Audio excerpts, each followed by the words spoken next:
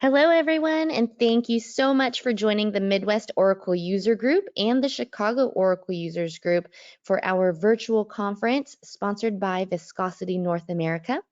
Today's session is What's New from Oracle Database Development, presented by Oracle's Willie Hardie. My name is Monica Lee. I'm the Marketing Director at Viscosity, and I'm also the Conference Chair for the Midwest Oracle User Group. So if you frequent this conference in person, you may have seen me alongside MOUG President Rich Nemec and COUG President Alfredo. We hope to see you all next year. As you know, last year we were virtual, this year we're virtual, but hopefully we will all see you in person in Chicago if you are in Chicagoland right now. So with that, I'm just going to go over a few house rules for us. I know everyone's used to virtual webinars these days, but just so you know, today's session is live. It is open to questions. The presenter, Willie, will take whatever questions he can following his presentation. My colleague, Katie, she will follow up with you today. She'll get you access to slides. Any other questions you have, she can address them. And then she'll also send you a link to view today's recording. It will take a little while to render, so just give her a little bit of time there, but feel free to reach out to her for anything you need. If you look in your GoToWebinar control panel, you should see a section called questions or chat. You can submit anything there at any point in time today. We'll get to them when we can if you have questions about anything technical. And if it's technical, we'll leave them there for Willie to go over following the session. So with that, I'd love to introduce you to Rich. If you don't already know him, he is Viscosity's Chief Innovation Officer, and he is also the MOUG President. And he'll just catch you up a little bit with what's going on and what our week looks like. All yours, Rich. Thanks, Monica, and thanks, Viscosity, for hosting this meeting. First of all, I wanted to say we have an exciting lineup this week. Same time every day for the rest of the week. Tomorrow we have Nitin Vengolaker, also of Oracle, their Chief Technology Strategist for Government. And you may have heard of this project, but it's the COVID project that Oracle built. Ellison led it to build for the CDC. He's going to talk more about that, but not just the application itself, but some of the in-depth, the entire stack that they use to make this work. I'll talk about Machine Learning 101 and RPA, Robotic Process Automation, on Wednesday. On Thursday, we'll have Bertrand Kaplanoglu, and he will talk about the innovation lab that Oracle has built. Guess where? There's only 2 in the world, and one of them is right here in Chicago, was just built. They used robots hooked into Oracle to manage the project as they built this building, and they also talk about how you can use robotics in some of the connected devices within the Oracle products for a connected home, and how some of the power companies are using those as well. And that's on Thursday. Friday, you've got a model, now what? Second stage of machine learning. I'll do 101 on Friday. Marcos Rancibia is going to talk about, what to do, step 2 in the world of machine learning. So all of these are really great presentations you don't want to miss. This week, same time, every day. And with that, I'm going to pass it over to our sponsor, Katie Barnes. Thank you, Rich. Good afternoon, everyone. Thanks again for joining us today. My name is Katie Barnes, Account Manager at Viscosity. We are very excited to be sponsoring this conference and are looking forward to a great week ahead of us. Before we get things started today, I'm going to introduce you guys to Viscosity and go over some of our different areas of expertise. Viscosity is an Oracle partner. We work very closely with Oracle Product Management, and we have 4 Oracle ACEs among our leadership. At our core, we help businesses adapt and thrive with the changing needs, demands, and technologies that businesses face. Many Oracle customers are increasingly relying on professional service partners like ourselves to serve as trusted advisors and help make better purchasing decisions in an area that is constantly evolving. Our business model at Viscosity is designed to implement technologies and solutions that will ensure your challenges and goals are being met with, and we do this by building close relationships with individuals like yourself, being an open and honest resource, and showcasing our areas of expertise through our weekly webinars that we do. Our areas of expertise really fall under 3 pillars: data, apps, and infrastructure. A large bulk of our business is on the database side, including data integration, data warehousing, zero downtime migration to latest versions, including 19C, and overall we help improve performance at the database level. In our applications practice, we do a lot of Apex development, EPM, ERP, we develop custom apps. And lastly, our infrastructure and hardware practice includes Oracle's public cloud offering, bare metal engineered systems. We were actually named Oracle's ODA Partner of the Year back in 2019. So as you can see here, we're very active and recognized within the Oracle community. We do pretty much everything when it comes to Oracle, but these are some of our more broadened areas of expertise. As I mentioned earlier, we have a very close relationship with Oracle, and the people that you see on this slide represent some of Viscosity's leaders and our Oracle aces. These guys present at Open World and Oracle user group conferences all over the globe, and they are eager to meet with your team and help uncover how we can best support you. Trust me when I say there's nothing better than having 4 aces at your hand.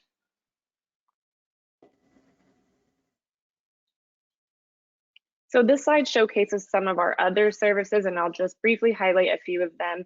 In our team at Viscosity, we have experts on Oracle license management that have actually come from Oracle and worked in that space for several years. We provide all of our customers with the best knowledge and the best practices on how to manage and maximize your Oracle investment, which is obviously extremely important for businesses. We are probably most known for our zero downtime migrations and upgrade services. We've helped customers migrate from AIX to Linux with zero downtime, and more recently have been helping our customers with upgrading to Oracle 19C. With our performance health checks, we can fix pain points before they become real problems for our customers. Definitely another popular service that we offer. And lastly, we have a full stack of DBA services as well. If you have any questions about our services, please reach out to one of us. We are more than happy to answer any questions that you might have. So I wanted to showcase the work that Viscosity has put into becoming trusted advisors who have actually written the books on Oracle's latest technologies and versions, anything from virtualization, pluggable databases to Oracle Exadata. If any of the books that you see on this slide interest you, or if you're even interested in connecting with one of us one-on-one, please reach out to me. Again, I'd be more than happy to share our resources with you and your team. Okay, last slide before I pass it back over to Rich. If you haven't already checked out our events page, please do so using the URL you see here, viscosityna.com/event. We update this page on a monthly basis with our webinars, workshops, and other events that we have going on, and it is a really great resource. I will be sending out these slides and a recording of today's presentation to everyone later this afternoon, so just be on the lookout for an email from me. And in the meantime, if you have any questions, please email me directly. My email address is at the bottom of this slide here. So with that being said, I'm going to go ahead and pass it back over to Rich so he can introduce today's speaker. And I just wanted to say Alfredo Abate wishes he could be here. He's the president of the Chicago Oracle User Group. So those who don't know him, they have sessions in different conferences throughout the year, maybe just quick lunch and learns. Sometimes they get together. I don't know if they're going to get together soon in person, but I'm sure he's going to do it sometime this fall by the minimum. Now I'd like to introduce William Hardie. William Hardie is the Vice President of Oracle Database Project Management. For those who have come to the conference for a while, you would have seen him at the Midwest Oracle User Group here just a little bit ago at when we last had a conference in person, University of Illinois, Chicago campus, if you remember that. His presentation is going to cover all things in Oracle database development, literally what's going on. He's in there in the middle of it, and he's going to tell you everything about the database in the latest version and what's coming that he can talk about. William Hardie is responsible for the Oracle Database Project Management, and he focuses on growing the Oracle's business in the global database, data warehousing, also the embedded database markets. His area of expertise includes Oracle Database, Oracle Exadata, Oracle RAC, real application clusters, Oracle in-memory database cache, and also Oracle Advanced Compression, along with the other options that are out there. And now with that, I'd like to pass it over to Willie. I don't see his slides up yet, though. Do we have Willie's screen yet? Oh, you're not seeing my slides, I don't see him yet. Does anyone else see him? Katie? Not Yes, yet. I can see them. I do. Slide. I don't see the side either.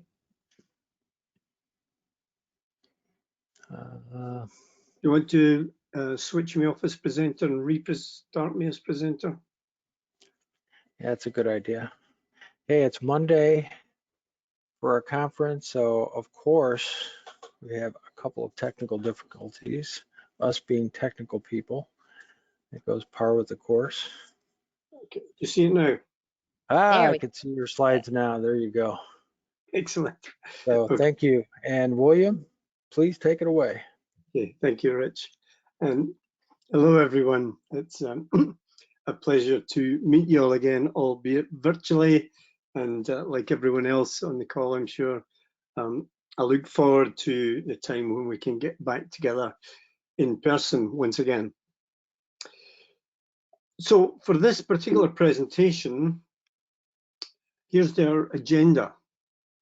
So what I thought we'd start with is, in particular, I appreciate that most of you are well familiar with Oracle databases, both on premises and in the cloud, and certainly going back a few generations.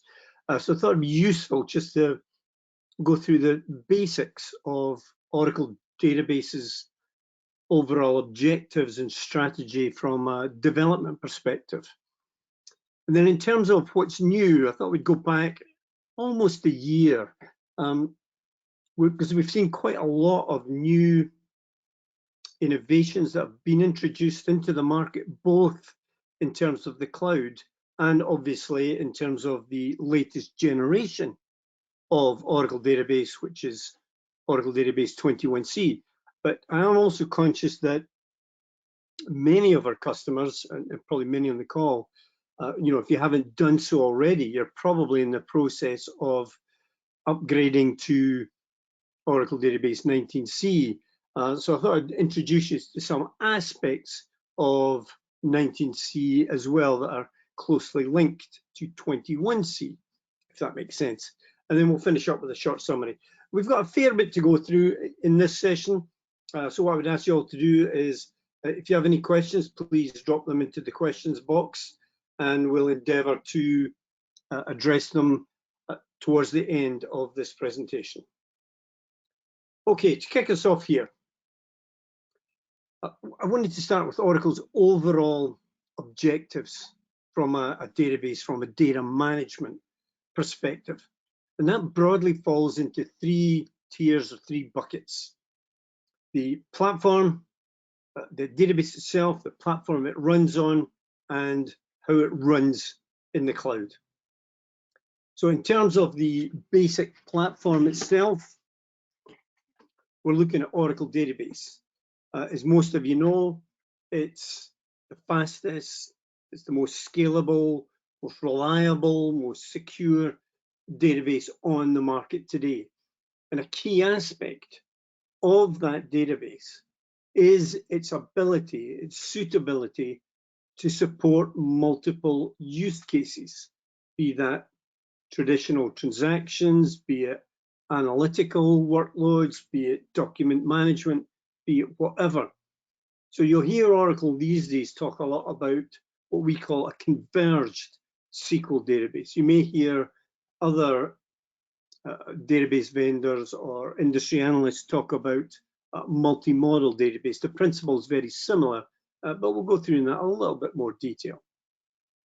Now, a key aspect, and this is a common question that comes up a lot from our customers, is Oracle's strategy with respect to the cloud and with respect to on-premise. And Oracle's strategy is to make that database, make the best converged database available, and make it available both on-premise and in the cloud. And when it comes to Exadata, which we introduced back in 2008, and we've seen a multiple generations of releases of Exadata since then, the current one being the X8M generation.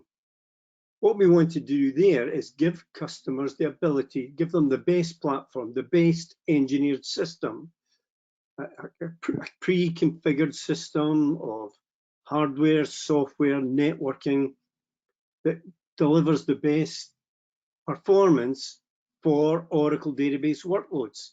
And going back to what we were talking a minute ago about Converge, give you the best platform to run different workloads, or indeed a mix of workloads, and get the best performance and reliability, scalability on that platform. Now, similar to the database, Oracle's strategy here is to make Exadata available to customers on premises and also in the cloud.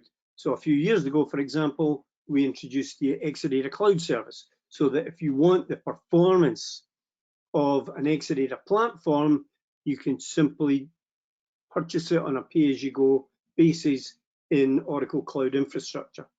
Then finally, there's the Autonomous Database, whereby we wanted to automate the bulk of the traditional manual tasks associated with database management. So we wanted to make it easier for customers to spin up their databases, to manage their database, to tune their databases, and so forth. Now, the focus initially was very much on the database administrator's role, making it the database administrator's role that much easier. But latterly, as we'll talk about later, is we've been switching that, well, not so much switching it, but evolving that focus more towards developers, analysts, data scientists, and so forth, making it easier for them to do their day-to-day jobs.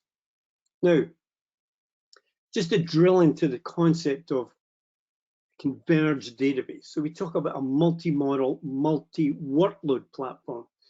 So it's not uncommon these days for a lot of, particularly developers, when they're looking at a particular requirement, be it for graph analytics, be it for document management, to look at a single-use database that's built to do graph analytics, built to do JSON document management.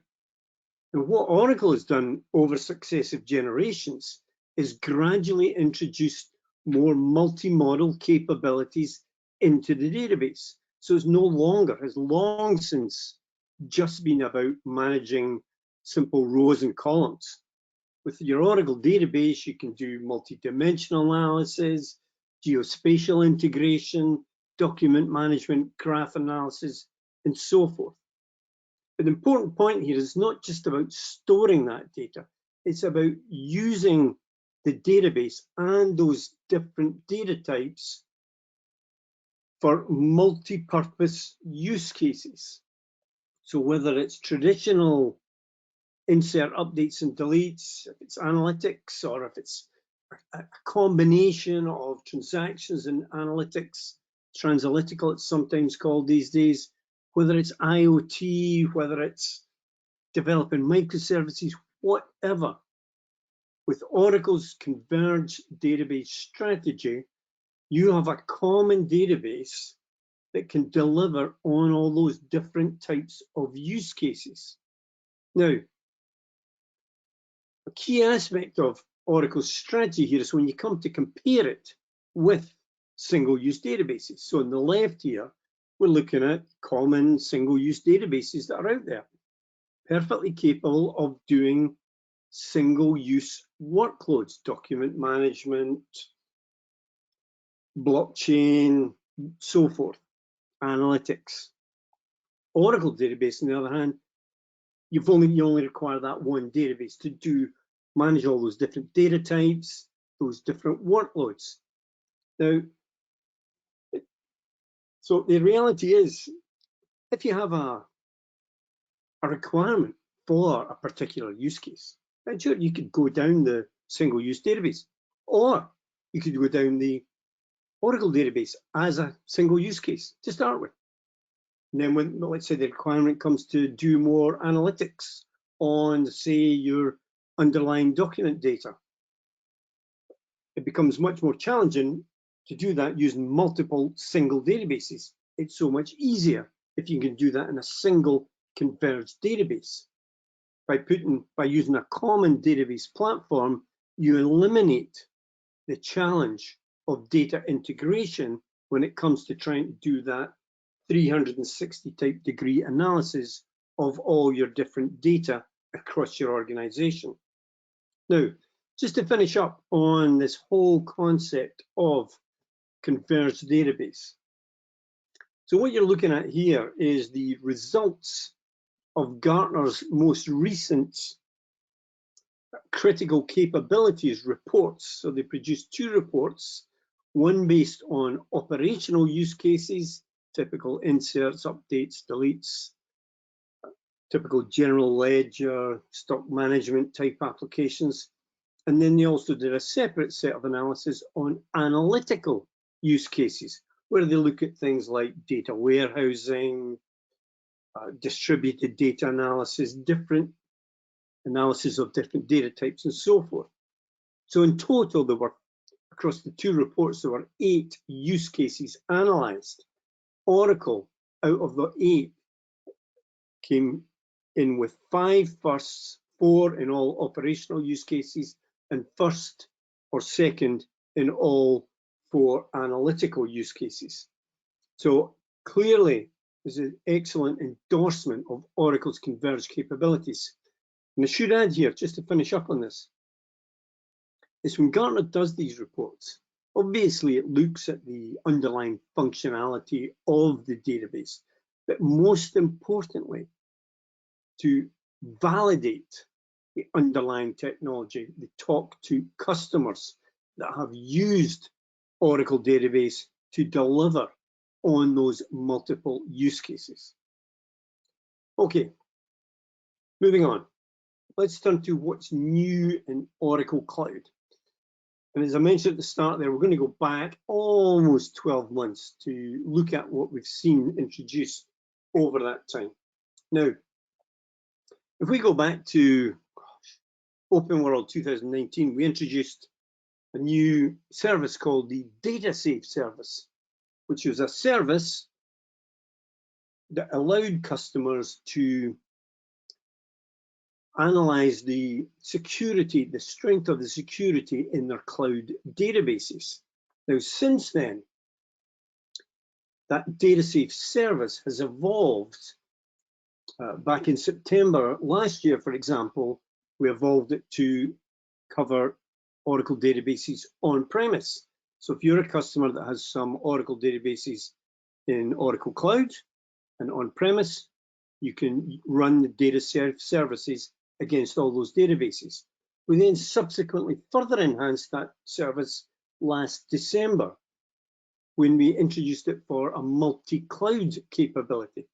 So if you're a customer that has Oracle databases on-premise, in Oracle Cloud, in third-party clouds, then you can run that service against all those different Oracle databases in different environments to help better protect your enterprise data.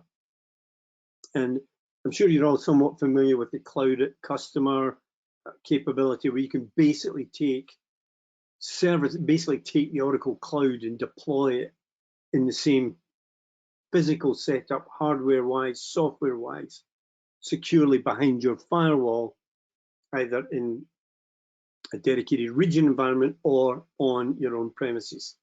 So we've effectively made the DataSafe service is no longer limited to Oracle Cloud. It is now available for on-premises and hybrid and inter-cloud environments. I talked earlier about the ability to use Oracle database to do JSON document management. It's quite a common requirement from a lot of our customers these days. So back in August last year, we introduced the autonomous JSON service.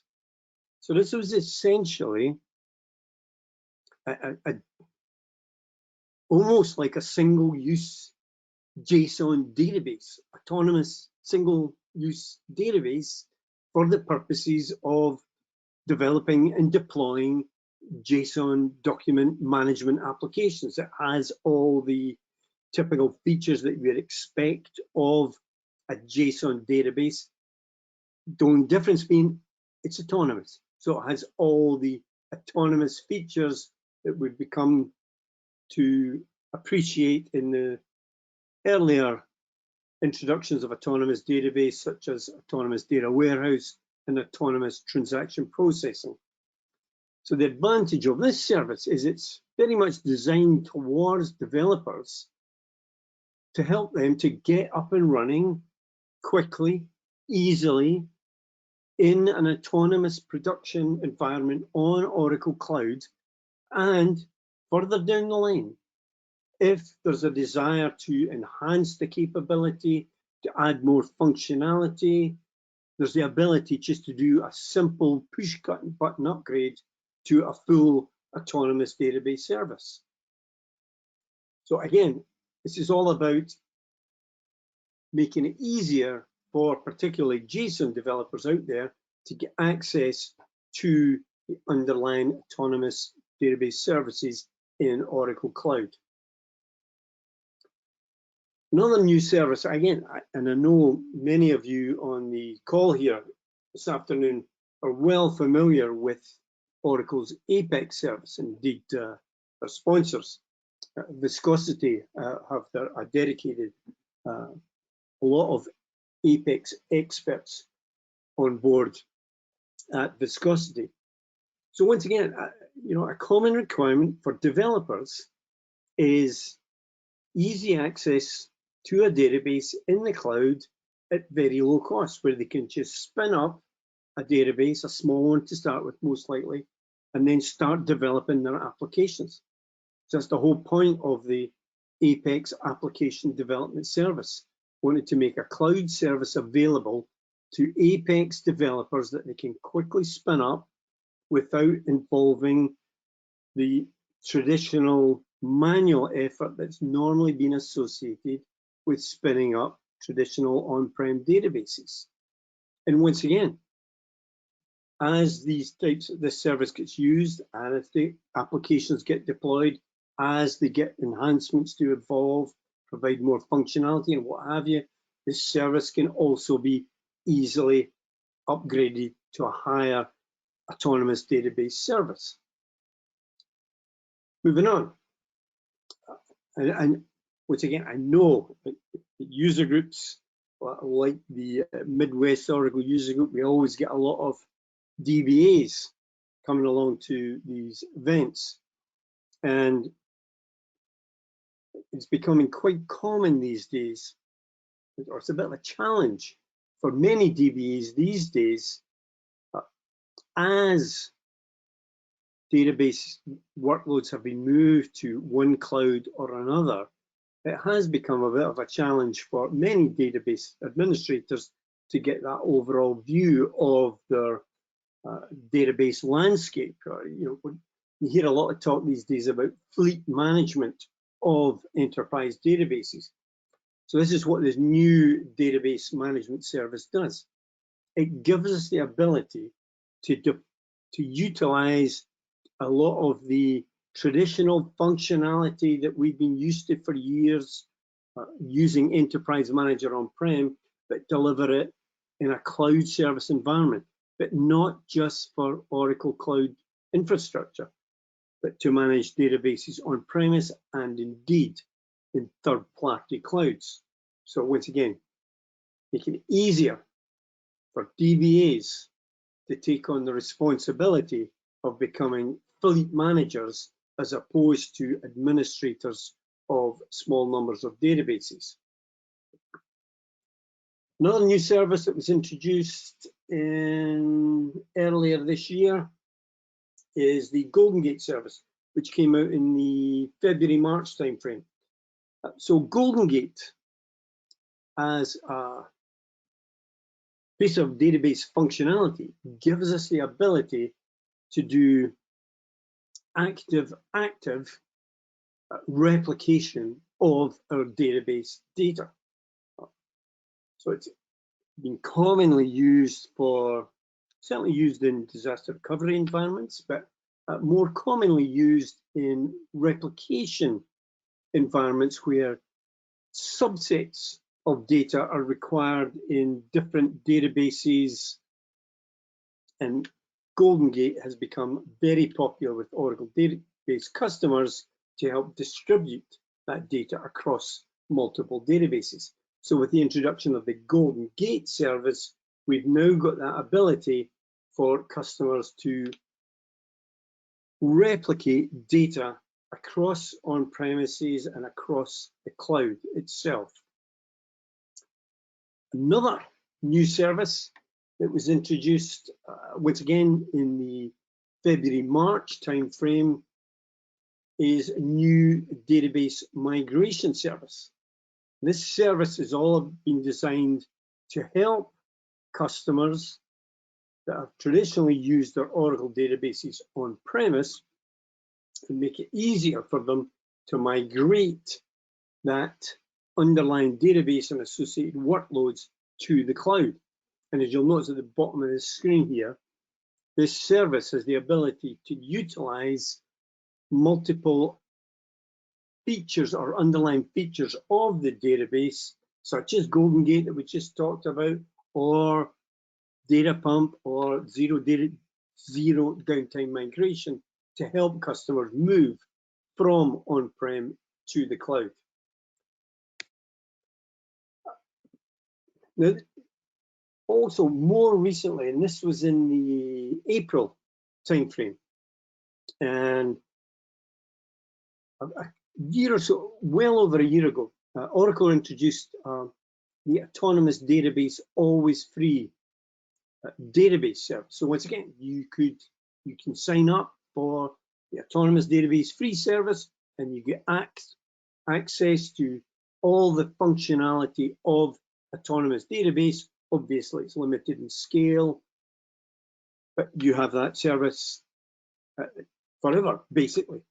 However, what we've since done, and again, very much targeted towards the developer community, the JSON document management developers, the Apex application developers, we've introduced a free service where it's basically a scaled down autonomous functionality, particular to JSON document management and particularly to Apex application development for developers out there. And once again, if having tried this service out, everything looks good, you want to retain what you've done, it's a simple upgrade to full autonomous database services.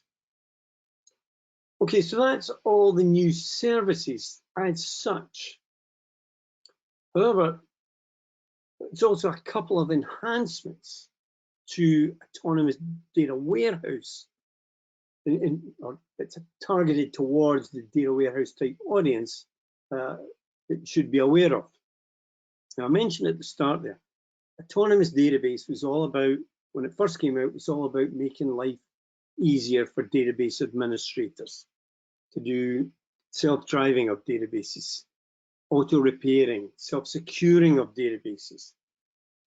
But what we've done latterly with Autonomous Database is introduce a new set of functionality that are going to make life easier for, certainly for line of business developers, as we've discussed with Apex, but also for the data analysts and the data scientists to help them get up and running much faster.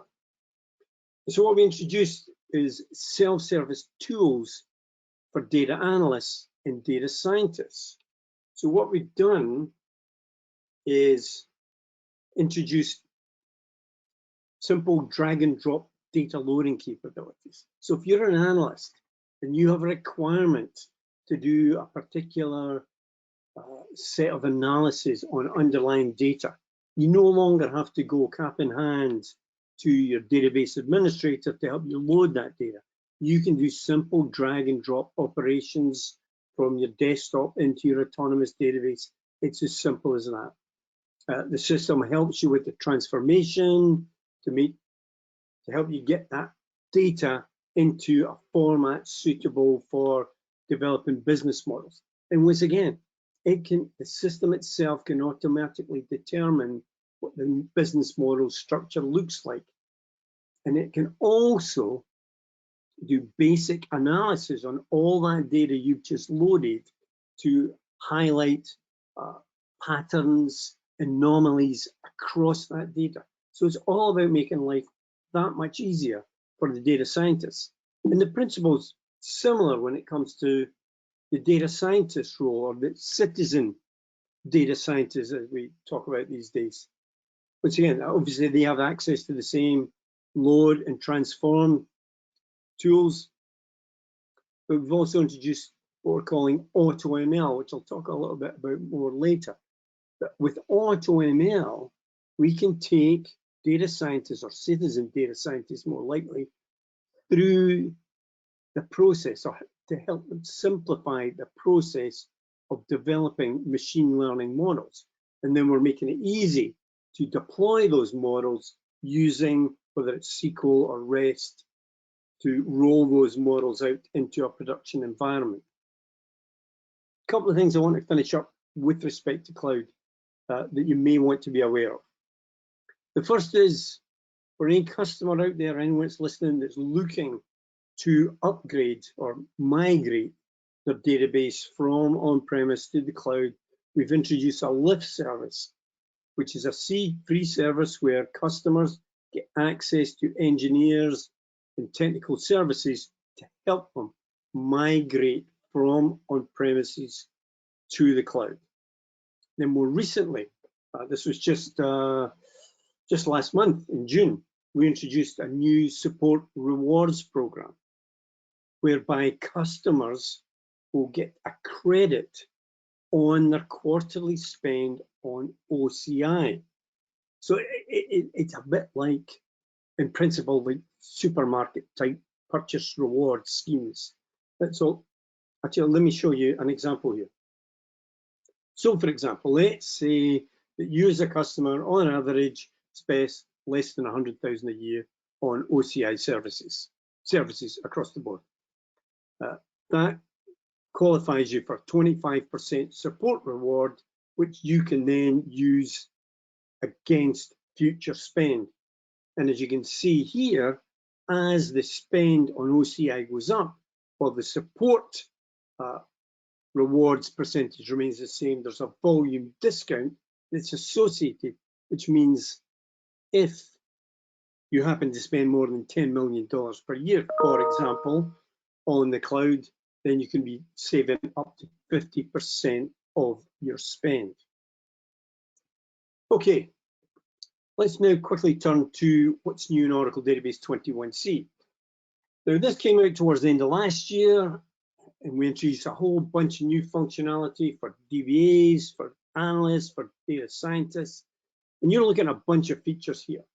It first came out on the Autonomous Database free service that I spoke about earlier, and it's also available on the OCI Database Cloud services for the virtual machine and bare metal services. So I'm not going to go through all these features, but I did want to highlight some of them that I thought may be interest to customers out there, and I'll explain why shortly.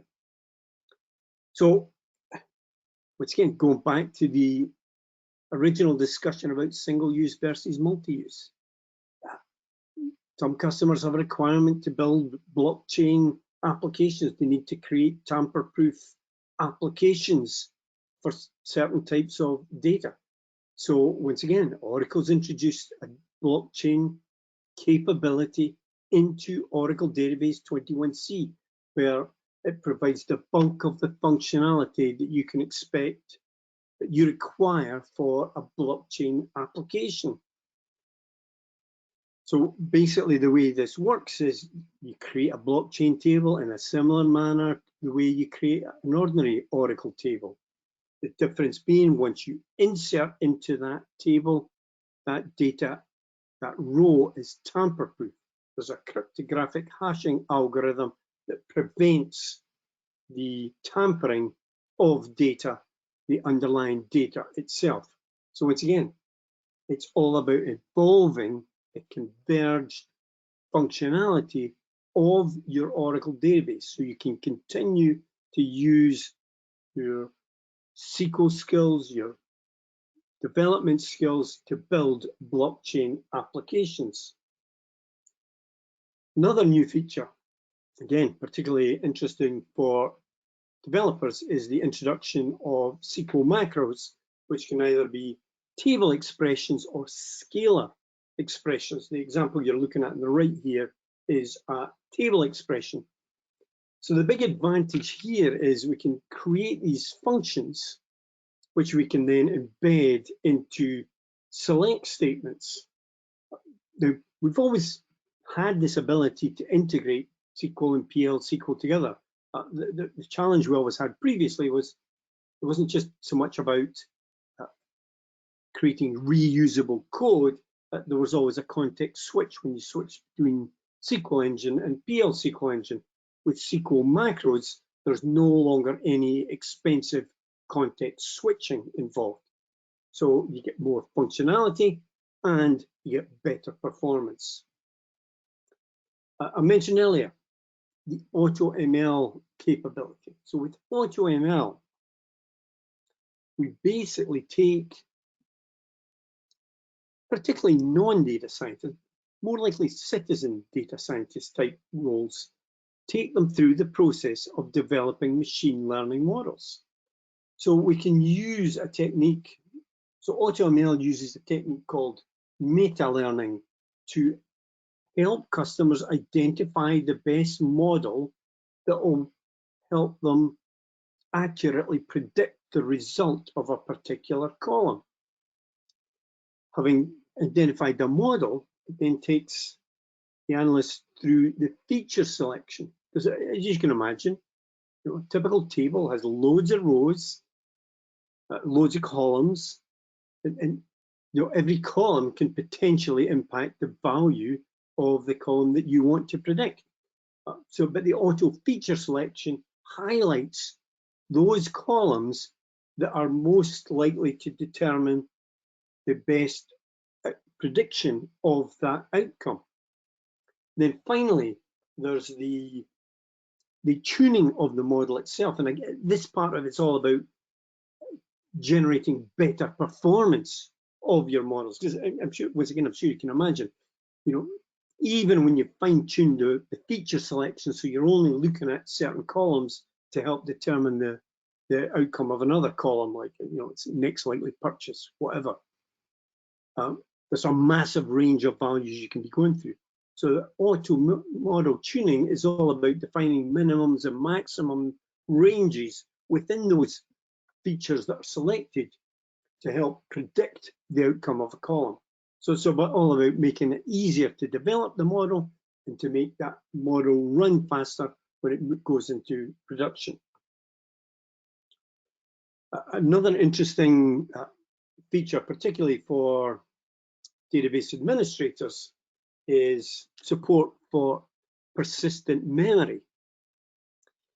So as I know many of you are probably well aware, we've had Oracle Database has always had that ability to support different storage tiers that come with varying performance and price performance. So at the top end, you have main memory, fastest performance, highest cost, all the way down to high performance spinning disks to high capacity spinning disks, but with lower performance. With the introduction of support for persistent memory, such as Intel's Optane, customers have this ability to maintain another storage tier within their database applications. So you now have main memory, persistent memory, flash storage, high performance disks, high capacity disks. So you've got that extension, if you like, to the tiered storage available for your Oracle databases. Moving on, another interesting feature, again, this is for application passwords. It's a common problem for a lot of customers is when an application password changes, users are effectively locked out because they don't know what that new password is. So with introducing this gradual password rollover, when a new password is created, you can create it with a time period whereby the previous password and the current password are both valid for a period of time. So you can create that window of, or that period, time period, whereby both passwords will enable access, but over time, the old one gradually times itself out. Now, as you can see here, there's a whole bunch of other stuff that 21C introduces, like auto management of the in-memory column store. We've introduced a sharding advisor. We have a native JSON data type. Multi-tenant now supports replication at PDB level, in addition to the that was previously container database only. We've introduced more machine learning algorithms for anomaly detection, regression, classification analysis. So a whole bunch of stuff. But the ones that the reason I selected the ones I did is, and some of you may be aware of this, that a lot of the features based on customer requests have actually been backported to Oracle Database 19c. So if you have upgraded to 19c or you're planning to upgrade to 19c, a lot of the functionality we just spoke about, persistent memory, AutoML, blockchain table, SQL Macros, are now available in the latest generation of Oracle Database 19c. Now, we're almost coming to the end, and we'll have a look at some of your questions in a moment. But a common question that comes up from customers is, what should I be upgrading to? And the answer is, if you're on an older release, like an 18C, a 12, you're on premises, you probably want to be upgrading to 19C. If it's a mission critical application, their business is dependent on, 19C is the current long-term support release with premier support all the way through to April 2024 with extended support through to 2027. Now 21C, which I mentioned earlier, is currently only available on the OCI Autonomous Database Free Service and Database Cloud Services. It's a what we call an innovation release, so it's a short-term release. So there is only ever going to be premier support associated with 21C.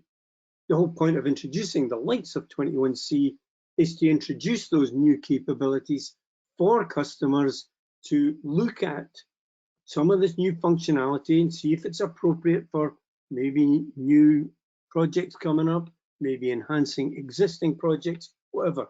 It gives you the opportunity to try out that new functionality. And what we're finding more recently is, particularly since the advent of the cloud, is customers are more and more beginning to use the cloud, particularly free services, to try out these new features. So the simple answer is, if you're currently on, say, let's say you're still on 11.2 and you haven't upgraded yet, the logical answer for most customers, if it's mission critical applications, then you want to be upgrading, standardizing on Oracle Database 19c. That's going to give you the longest support window, give you that greater level of functionality.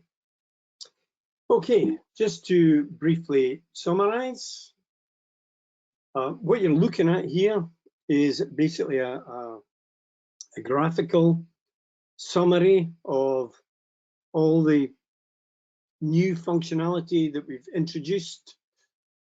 Predominantly, most of this is cloud services here, but also 21C came out on OCI towards the end of last year. I know one question that's going to come up is, when will we see Oracle Database 21C on premises? And the honest, most correct answer is you can expect to see it, Oracle Database 21C on premises, sometime this year. I cannot be more specific than that, but it will most certainly be released on premises this year. You can also, for those of you that maybe use the on-prem XE edition to evaluate a lot of functionality of Oracle Database, particularly developers, there will also be Oracle Database 21C XE release sometime this year. The platforms, by the way, that 21C will come out on will be the traditional popular on-prem platforms. It'll be Linux first, followed by Windows, followed by others like AIX. Okay, so that's where we are with respect to what's new from Oracle Database development. And we've only gone back over the past 12 months, but as you can see, a very productive past 12 months for the database development team, and we can fully expect to see another round of significant enhancements happening over the next 12 months. And with that, oh, by the way, another obvious question that's come up is, how best do I try out Oracle Database 21C? Well, as I mentioned earlier, it's available on the free service. So getting access to 21C is not only easy, there is no cost associated with getting access to it. But if you want to get hands-on experience, then I highly recommend that you have a look at the Oracle Live Labs. There's a series of Oracle Live Labs, basically workshops where you basically work your way through different examples of how to use new and existing functionality in Oracle Database 21C. So if you just do a generic search on Oracle Live Labs, you will see a bunch of live labs, and just look out for the ones that are particularly associated with Oracle Database 21C. The other one that's worth looking at, again, the question come up about, what else is new in Oracle Database 21C? As you might expect with any new release, there's a bunch of new features, some of which we just spoke about: blockchain, SQL macros, gradual password rollover, etc., etc. There's also a bunch of enhancements to existing features. So my best advice there is go to what's new in the Oracle documentation set. It's docs.oracle.com. When the screen comes up, click on database. It'll default to 21C being the latest release, and then just click on what's new. You'll learn a lot more there. Now, I'm conscious that we're coming up 5 to the hour here, so at this point, I'll pass you back to Rich.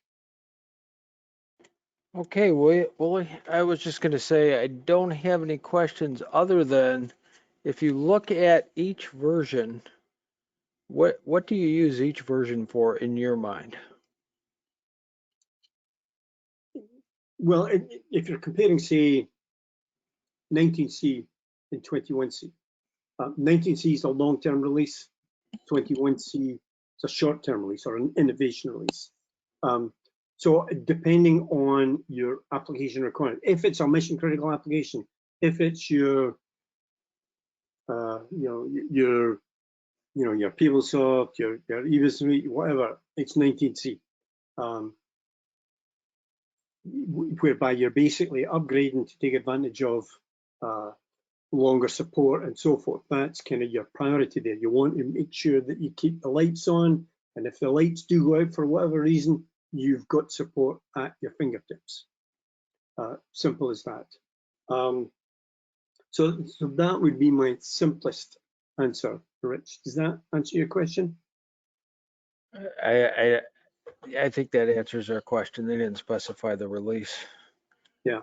The other one is what do you see the database in machine learning as it goes forward? You know, the importance of this and importance of security with machine learning. How do you see that evolving in any way? Well, that again, very good question. Take something like Autonomous Database, for example. It's effectively using a lot of inbuilt machine learning. You've got a session later this week as part of this series from Marcos Arancibia, again, that will be focused on machine learning. So it's one of these customer evolutionary things. I mean, Rich, I know you've been through this, and I suspect most people on the call have been through this. But you think about how you evolved, your business intelligence system. It started off doing, spreadsheets.